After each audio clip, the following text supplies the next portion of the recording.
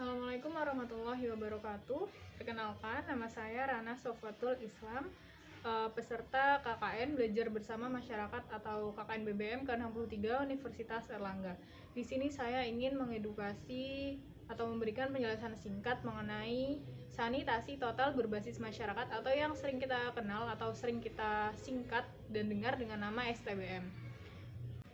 Sanitasi total berbasis masyarakat itu adalah suatu pendekatan untuk mewujudkan kehidupan atau cara hidup yang higienis dan saniter kepada masyarakat melalui pemberdayaan masyarakat dengan pemicuan. Yang dimaksud dengan pemicuan di sini adalah mengubah cara pikir atau cara berpikir masyarakat mengenai kehidupan yang higienis dan saniter itu sendiri. Nah, penyelenggaraan STBM ini adalah untuk mewujudkan perilaku masyarakat yang higienis dan saniter untuk meningkatkan derajat hidup kesehatan masyarakat setinggi-tingginya. STBM memiliki 5 pilar yang itu diatur di dalam Permenkes nomor 3 tahun 2014. Kelima pilar tersebut adalah, yang pertama itu adalah stop buang air besar sembarangan. Yang kedua, cuci tangan pakai sabun atau CTPS.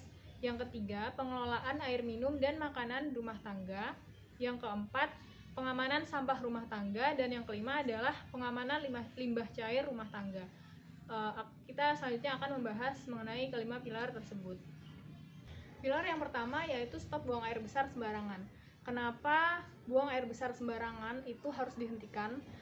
Karena pertama, ketika kita melakukan buang air besar secara sembarangan dan feses yang kita keluarkan itu tidak masuk ke septic tank, maka feses itu akan di mana-mana ya, yang nantinya itu akan mengundang lalat, dan lalat itu bisa saja mampir ke makanan yang nantinya kita akan makan gitu.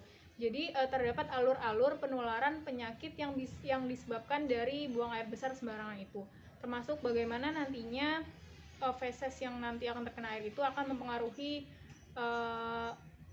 resapan air, sehingga nanti akan juga mempengaruhi atau masuk ke dalam sumber air yang nantinya kita akan gunakan dalam kehidupan sehari-hari, yang tentunya ujung-ujungnya adalah berefek pada kesehatan kita. Jadi inilah mengapa buang air besar sembarangan itu harus kita segera hentikan.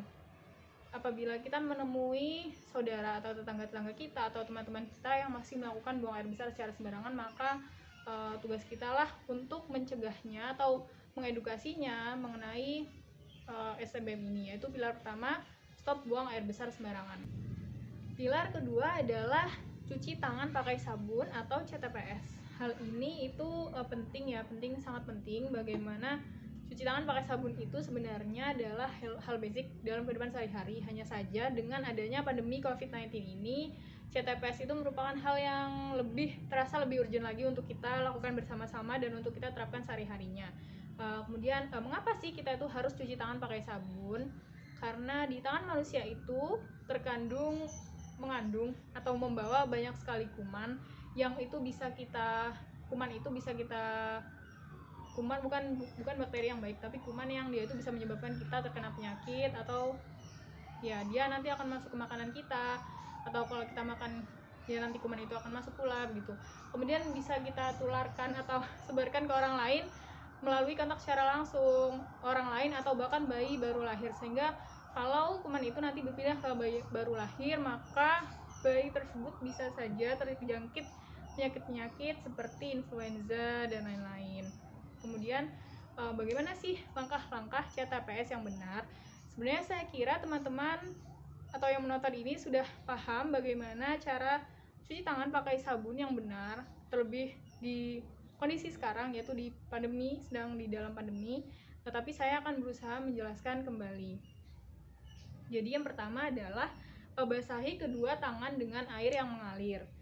Kemudian yang kedua, gosokkan sabun pada kedua telapak tangan. Kemudian kembali busanya itu diratakan di seluruh permukaan tangan, di punggung tangan, kemudian di sela-sela jari dan juga jempol. Kemudian yang ketiga adalah jangan lupa bersihkan sela-sela di bawah kuku. Sela-sela di bawah kuku itu juga penting. Nah, kemudian yang keempat itu ketika semua sabun itu sudah mengenai tangan kita secara merata, ke permukaan tangan secara merata, maka bisa kita bilas dengan air mengalir sambil digosok-gosok, sehingga kita tuh yakin bahwa misalnya semua itu sudah kena, semua sudah bersih ya. Kemudian kalau sudah dibilas dengan air mengalir, bisa dikeringkan dengan tisu, kain bersih, atau handuk bersih. Kemudian kapan saja sih kita itu sebaiknya harus mencuci tangan pakai sabun atau harus CTPS? Yang pertama itu adalah ketika sebelum makan, kemudian sebelum mengolah atau menghidangkan makanan, kemudian untuk ibu menyusui itu sebelum menyusui bayinya, kemudian ketika kita memberi makan bayi atau balita, dan sesudah buang air besar atau buang air kecil, kemudian sesudah memegang hewan atau unggas. Kriteria utama sarana cuci tangan pakai sabun atau CTPS ini yaitu kita itu harus mempunyai air bersih yang mengalir atau yang mengalir dan dapat dialirkan. Kemudian kita harus tentunya memiliki sabun, kemudian memiliki penampungan atau saluran air limbah yang aman. Implementasi CTPS ini juga memiliki beberapa tatanan, yaitu 5 tatanan. Yang pertama, CTPS di rumah tangga, kemudian CTPS di sekolah, kemudian CTPS di institusi kesehatan, kemudian CTPS di tempat-tempat umum, dan CTPS di tempat kerja. Selanjutnya, pilar ketiga adalah pengelolaan air minum dan makanan rumah tangga. Nah, di sini sebelumnya pertama itu adalah air minum, yaitu pengelolaan air minum di rumah tangga yang sering kita singkat PAM-RT, PAM-RT. Nah, jadi PAM-RT ini apa sih? Jadi PAM-RT ini adalah pengelolaan air minum di rumah tangga dan bukan di sumber airnya. Jadi pengelolaan air minum di rumah tangga dan bukan di sumber airnya. Nah, PAM-RT ini mencakup metode pengelolaan dan juga metode penyimpanan yang baik. Nah, tujuan dari adanya PAM-RT ini adalah untuk menjaga kualitas air dan kalau bisa memperbaiki kualitas air yang nanti akan digunakan untuk sebagai air minum atau yang nantinya akan diminum, kemudian air yang digunakan untuk memproses makanan atau mengolah makanan, termasuk di dalamnya ketika kita itu mencuci buah dan sayuran yang dia itu langsung dimakan. Kemudian yang ketiga itu adalah yang air itu digunakan untuk keperluan sehari-hari, seperti untuk keperluan mencuci peralatan makanan gitu kan. Kemudian untuk keperluan oral lainnya seperti berkumur dan sikat gigi seperti itu. Kemudian mungkin ada dari teman-teman yang bertanya mengapa diperlukan PAM-RT ini. Nah, di sini air yang jernih itu belum tentu bebas dari kuman, sehingga air yang nantinya akan kita gunakan untuk keperluan sehari-hari atau lebih parahnya apabila air tersebut nantinya akan kita gunakan untuk sebagai air minum, maka air tersebut harus diolah terlebih dahulu sebelum dikonsumsi atau sebelum digunakan. Dan apabila sudah diolah, untuk cara penyimpanannya, maka air tersebut itu harus disimpan dalam wadah yang aman, dalam wadah yang bersih dan tertutup. Nah, lebih baik apabila wadah tersebut memiliki leher yang sempit, leher wadah yang sempit dan dia itu memiliki tutup. Kemudian lebih baik apabila dia itu ada keran, jadi diambilnya dengan keran dan bukan diciduk seperti itu. Nah, hal ini penting karena penyakit yang disebabkan oleh air yang dia itu terkontaminasi atau air yang tidak bersih dan sehat itu banyak, misalnya diare, kolera, atau ISPL atau infeksi saluran pencernaan yang lain. Selanjutnya adalah pengelolaan makanan di rumah tangga. Nah, di sini terdapat 6 prinsip higien sanitasi pangan. Yang keenam itu adalah pemilihan bahan pangan, kemudian penyimpanan bahan pangan, pengolahan pangan, penyimpanan pangan matang, pengangkutan pangan matang, dan penyajian pangan matang. Prinsip higien yang pertama yaitu pemilihan bahan pangan. Itu sangat penting. Bagaimana sih kita memilih bahan pangan yang nantinya akan kita olah menjadi makanan? Apakah bahan pangan tersebut sudah bebas dari pestisida, bebas dari bahan kimia yang berbahaya, Kemudian apakah bahan pangan tersebut tidak busuk dan dia bersih dan bebas dari kerikil atau pasir atau debu, dan apakah bahan pangan tersebut itu berasal dari sumber yang baik dan didapatkan dengan cara yang baik pula. Kemudian untuk penyimpanan bahan pangan, kita harus memastikan bahwasanya bahan pangan tersebut itu terhindar dari kemungkinan kontaminasi bakteri atau adanya faktor-faktor pembawa penyakit dan hewan lainnya, serta terhindar dari bahan berbahaya dan beracun. Kemudian bahan pangan yang didapat atau diterima lebih dahulu itu diolah terlebih dahulu, jadi first in first out. Kemudian tempat penyimpanan itu harus bersih dan tertutup sehingga terlindungi dari adanya misal pembawa penyakit seperti lalat, seperti itu. Kemudian dalam pengolahan pangan yang baik dan sehat itu memiliki tempat pengolahan atau dapur yang dia bersih, pencahayaannya cukup, ventilasi yang memenuhi syarat, lantainya tidak licin dan mudah dibersihkan, kemudian bebas dari faktor pembawa penyakit dan hewan-hewan lainnya. Kemudian peralatan yang digunakan itu harus setara pangan atau aman dan tidak berbahaya bagi kesehatan. Dia itu bersih, tidak rusak, tidak gopel, dan tidak retak. Kemudian talenannya itu harus dari bahan selain kayu. Kemudian bahan pangan itu sebelum dia dipotong-potong atau sebelum dia diolah itu dia harus dicuci dengan air bersih yang mengalir, yang tadi sudah diolah terlebih dahulu. Kemudian bahan pangan yang dimasak itu harus matang sempurna, dan si pengolah pangan, orang yang mengolah pangan itu harus berbadan sehat. Dalam penyimpanan pangan yang dia itu sudah matang, pangan matang itu harus disimpan pada tempat yang dia itu tidak tercemar oleh debu, tidak dapat dijangkau oleh tikus, serangga, atau hewan-hewan lainnya, dan dia itu tempatnya tertutup. Kemudian ketika mengambil pangan yang sudah matang atau ketika mengambil makanan itu harus menggunakan alat bantu, jadi tidak boleh menggunakan tangan, tetapi menggunakan alat bantu seperti penjepit, sendok, dan lain sebagainya. Kemudian karena pangan matang ini lebih rawan terhadap pencemaran, maka perlu perlakuan atau penjagaan yang ekstra hati-hati gitu. Kemudian bagaimana cara menyajikannya atau penyajian pangan matang itu? Jadi waktu tunggu antara ketika pangan itu matang sampai ketika pangan itu ingin dimakan itu maksimal 4 jam.